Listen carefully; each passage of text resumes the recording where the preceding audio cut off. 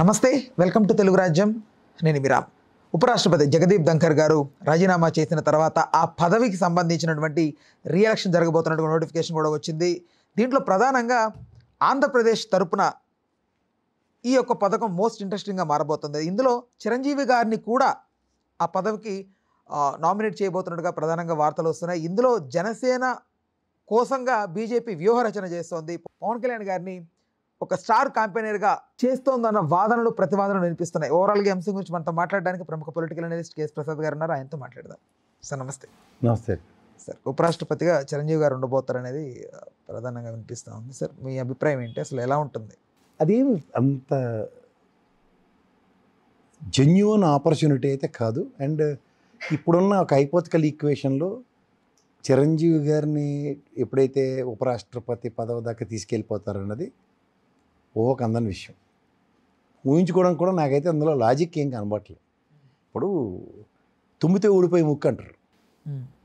పవన్ కళ్యాణ్ గారు అనే వ్యక్తి తెలుగు ఓటర్లు ఎక్కడ ఉన్నారో అక్కడ వెళ్ళి దేశం మొత్తం మీద తిరిగితే నాకు ఉపయోగపడుతున్నది అన్నది కోణంలో బీజేపీ ఆలోచిస్తుంది అనుకుందాం.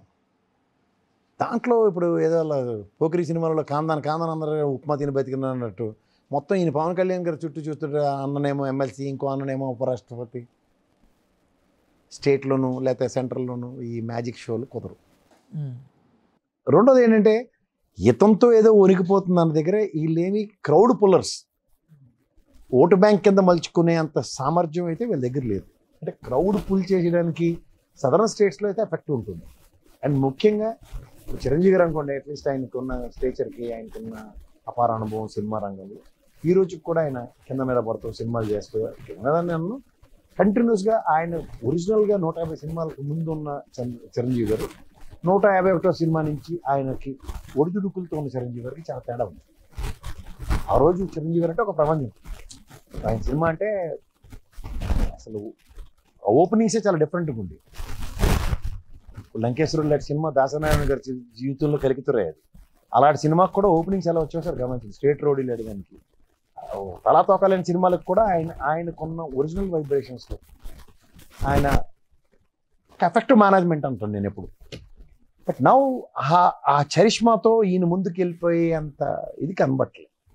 ఇవాళ ఏంటంటే మరి జస్ట్ అన్నదమ్ములుగా వీళ్ళు ఒకరి మీద ఒకరు గౌరవ మర్యాదలు అవన్నీ, ఈయన రాముడు ఆయనేమో లక్ష్మణుడు అన్న టైప్లో ఈ సినిమాటిక్గా స్టేజ్ల మీద వాటి మీద కాళ్ళకి దండం పెట్టడం, లేకపోతే ఎంటైర్ ఫ్యామిలీ పరంగా వాళ్ళు రిసీవ్ చేసుకొని ఇంటికి వెళ్ళినప్పుడు అవన్నీ వీడియోలు తీసి ప్రజల్లో తిప్పుకోవడానికి ఉపయోగపడుతుంది. కానీ ద లాంగ్ డ్రివెన్ ప్రాస్పెక్ట్లో బీజేపీ అనే పార్టీ ఆలోచించే విధానం ఇవాళ ఇప్పుడు ఉదాహరణకి మన ఇప్పుడు ఆంధ్రప్రదేశ్ గవర్నర్ నజీర్ గారు ఉన్నారు, మాజీ సుప్రీంకోర్టు జడ్జి అయిన.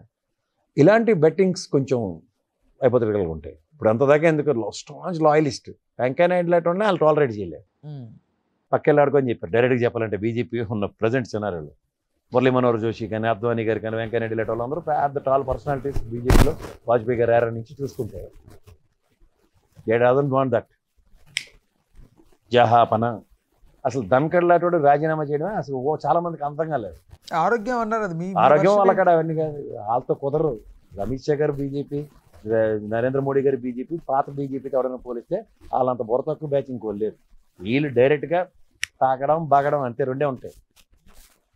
ధన్కర్ గారు ఏకంగా ప్రెసిడెంట్ అయిపోదామని ఒక 6 నెలల నుంచి స్టాండ్ స్టిల్, కానీ దాని ముందు ఆయన వేసినంత నాగిని ఇంకెవరు వేసి ఉండరు. ఆవిడకే దిక్కులేదు. ఇక్కడ ఎవరికి అనుమానం రాకుండా బండారు దత్తాత్రేయ ఇలాంటి పేర్లన్నీ వినిపిస్తున్నారు 4-5 సార్లు ఎవరికి.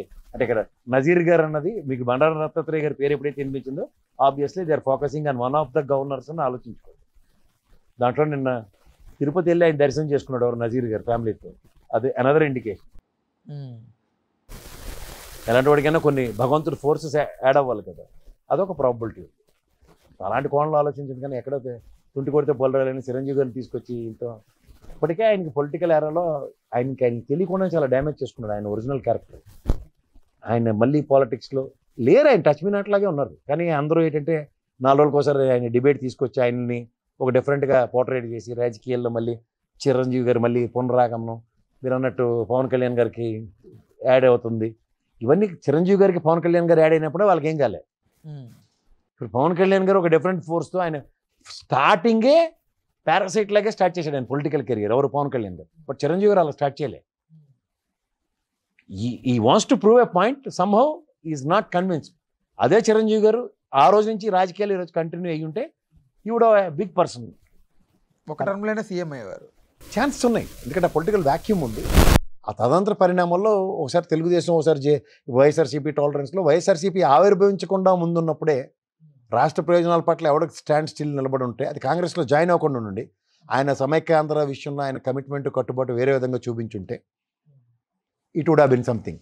బట్ అవేవీ లేకుండా ఆయన కాంగ్రెస్లోనే విలీనం చేసి రాష్ట్రానికి అన్యాయం చేసిన కాంగ్రెస్లో ఆ రోజు కేవలం హైదరాబాద్ను యూనియన్ టెరిటరీ చేయమని అడిగారు తప్ప అది చేయనందుకు అలిగి కూర్చున్నాడు. ఆయన ఒక్క మాట మాట్లాడలే విభజన టైంలో, క్యాబినెట్ మంత్రి అయ్యిండు కూడా. కాబట్టి పర్యాటక శాఖ మంత్రి అయ్యిండు కూడా. ఆంధ్రప్రదేశ్ రాష్ట్రానికి ఏం తెచ్చాడంటే కిషన్ రెడ్డి గారు పెద్దనే ఆయన ఆ విషయంలో. వీళ్ళిద్దరూ ఒక్కటి పని చేయని వాళ్ళు ఎవరంటే రాష్ట్రానికి వాళ్ళే, ఒకళ్ళు చిరంజీవి గారు, ఒకళ్ళు కిషన్ రెడ్డి గారు. సో అలాంటి పొలిటికల్ ఏరాలో ఒక మనిషికి వెనకాతల ఎమ్మెల్యేలు వీళ్ళందరూ ఒక ఎలక్ట్రల్ కాలేజ్ అయ్యే కదా ఎలక్షన్ అవుతుంది.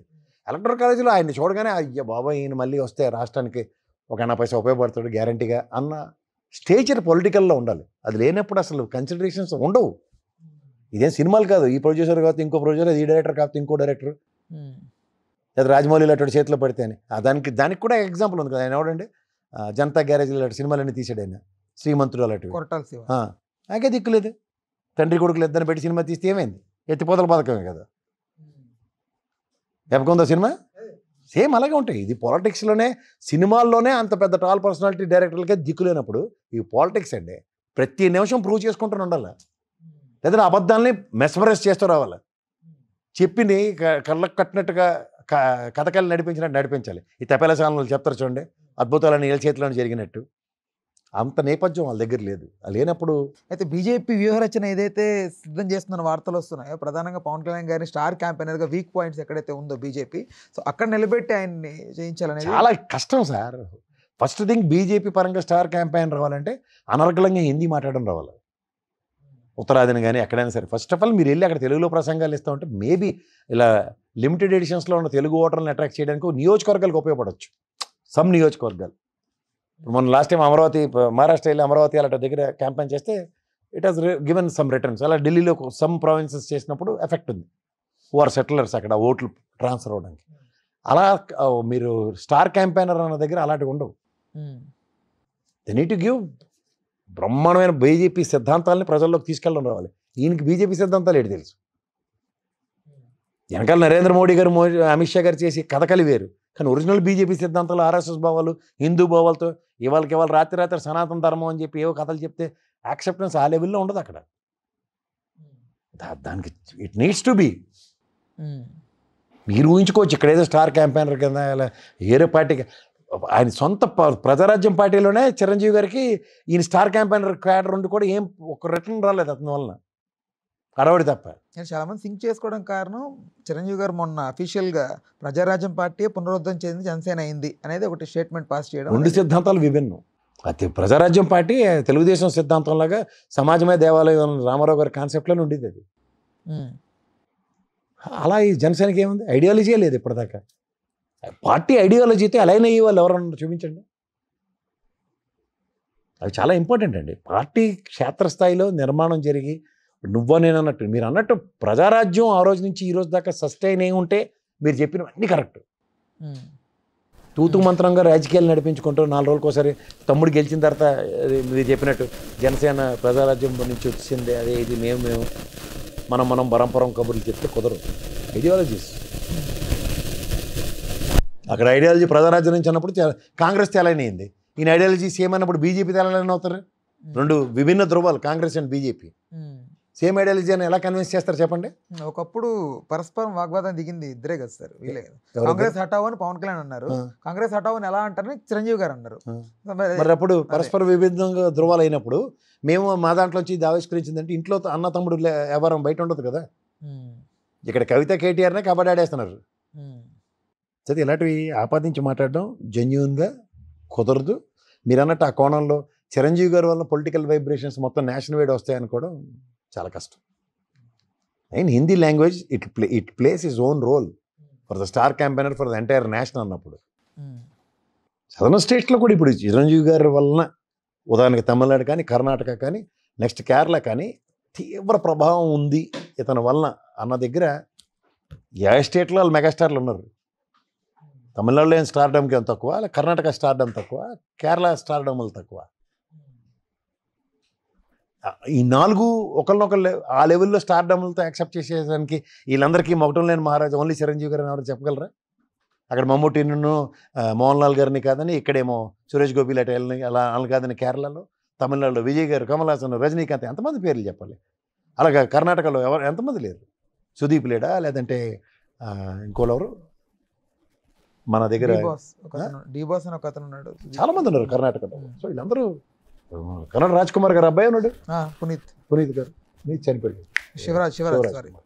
సో ఇలాంటి వాళ్ళు ఉన్నప్పుడు ఎవరి స్టేట్ వాళ్ళు మెగాస్టార్స్ లెవెల్లో ఉన్నప్పుడు మన స్టేట్కి మన చిరంజీవి గారు megastar, you are not contradicting. But ఆ ఈక్వలెంట్ ప్లాట్ఫామ్స్ ఆ స్టేట్లో ఉన్నప్పుడు వీళ్ళందరిలోనూ సదరన్ స్టేట్లో ఓన్లీ తెలుగు సినిమా పరిశ్రమ శాసించే స్థాయిలో ఉంది అన్నది కూడా సదరన్ స్టేట్ డామినేషన్ ప్రాస్పెక్ట్లో కూడా అది లేదు. అట్లీస్ట్ అది ఉంటే కూడా మీరు చెప్పినట్టు ఏ స్టేట్కి ఆ స్టేట్ వాళ్ళు ఫిలిం పర్టనిటీలో వాళ్ళు they are showing their own colours. ఇక్కడ కూడా ఆయన కలర్ ఆయన చూపించినా సరే is not on the leading colour. అది సైద్ధాంతికంగా బీజేపీ పరంగా మీరు అన్నట్టు, ఉదాహరణకి ఇప్పుడు తెలుగుదేశం పార్టీ గతంలో ఎన్డీఏలో ఉండేదిలే, మళ్ళీ కోటు సచ్చారు, బయటకు వెళ్ళారు, వచ్చినా మళ్ళీ మా దగ్గర ఉన్నారన్న కన్సిడరేషన్ తెలుగుదేశం నుంచి ఎవరికైనా ఉండొచ్చేమో. ఎందుకంటే where it comes to Prajarajyam ఈ differed and is with Congress, merged his party to Congress, out of the box సడన్గా ఎన్డీఏ కూటమిలో బీజేపీ పరంగా చిరంజీవి గారు అన్నది ఏ కోణంలో ఆలోచించగలరు? ఈ రోజుకి కూడా కాంగ్రెస్కి ప్రాథమిక సభ్యత్వం రాజీనామా చేసేది కూడా వాడికి చేయలేదు కూడా ఆయన. తెలుసా మీకు విషయం?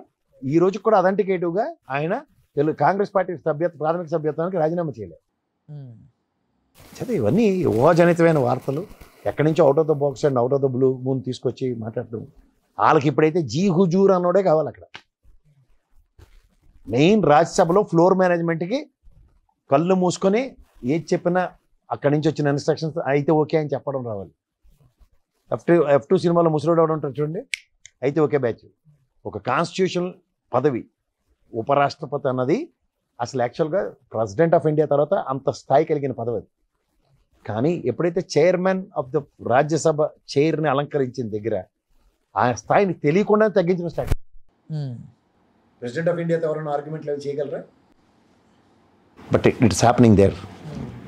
అది కాన్స్టిట్యూషన్లో, అంటే నేను అది తప్పు ఒప్పులు మాట్లాడేంత స్థాయిని అది కాదు, కానీ ఆ పదవికి దానికి తోడు పారలుగా ఎప్పుడైతే రాజ్యసభ చైర్మన్షిప్ ఉందో, దానికడికి 6 నెలలు బట్టి ఫారెన్ ట్రిప్లు లేవు ఆయనకి. ఉపరాష్ట్రపతి అయ్యింది కూడా ఈజ్ బీన్ కంట్రోల్డ్. కాన్స్టిట్యూషనల్ పదవులకు కూడా బీన్ కంట్రోల్డ్ అన్నది అప్రహెన్షన్స్.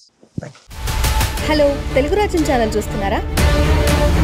సామాజిక రాజకీయ జీవన చిత్రణే తెలుగు రాజ్యం. అతిశయోక్తులు అసత్యాలు ఉండవు. రాజకీయ కోణం కాదు, ప్రజా కోణమే కొలబద్ద. తెలుగు రాజ్యం వీక్షణ మీ ఉత్తమ అభిరుచికి నిదర్శనం.